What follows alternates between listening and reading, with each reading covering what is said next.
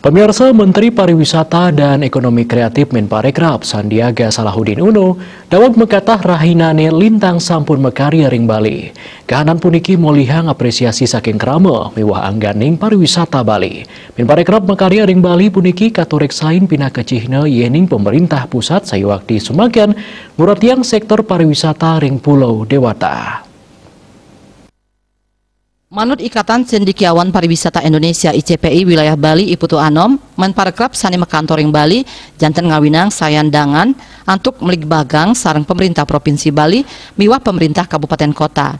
Menparekraf sidan nerima usulan saking Asosiasi Pariwisata, Industri Pariwisata miwah Krama Bali, sani ngawinang sidan ampenin wesanan kaon sektor pariwisata puniki, antuk pemargi sani pinih becik. Pemerintah pusat janten sumeken ngurat yang Bali, santukan Pulau Dewata puniki pindah ke daerah tujuan wisata DTW utama ring Indonesia. Bali pindah ke kebaos tolok ukur ring sajeroning panglimbakan pariwisata nasional. Terus tata rajak ngicen mekatah petang 1% pikolihan pariwisata ring nasional. Dan yang mempengabdi Menparekraf sidang limbakang Bali pindah ke pariwisata budaya sanema sumber saking nilai-nilai luhur agama Hindu. Dawagrin ngantos mangkin parindikan inucap kedadosang penaut pariwisata Bali sane medaging kearifan lokal. Wirnaya bisnis Bali nguningayang.